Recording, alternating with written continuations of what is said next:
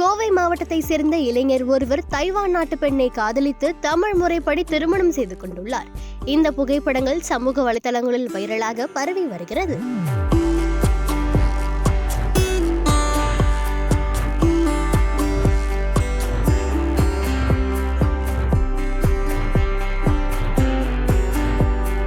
கோவை மாவட்டம் பெரியநாயக்கன்பாளையம் அருகே உள்ள சாமிசெட்டிப்பாளையம் பகுதியை சேர்ந்தவர் சுப்பிரமணியன்.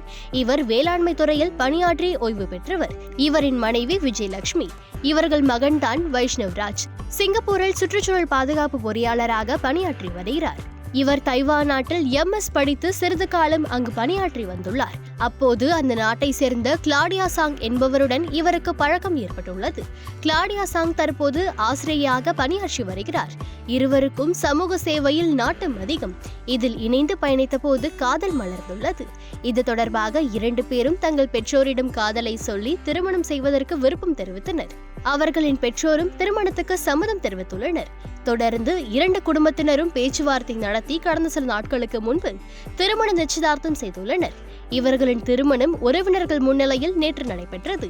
மேளதாளம் மங்களவாத்தியம் முழங்க மணமக்கள் வேட்டி சேலை மாலை அணிந்து தமிழ் முறைப்படி தாலி கட்டி திருமணம் நடந்தது.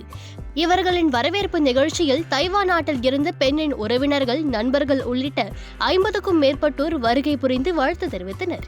சமூக சேவையால் கோவை பையனுக்கும் தைவான் பெண்ணுக்கும் மலர்ந்த காதலும் தமிழ் முறைப்படி நடைபெற்ற திருமணமும் பொதுமக்களை வெகுவாக கவர்ந்துள்ளது.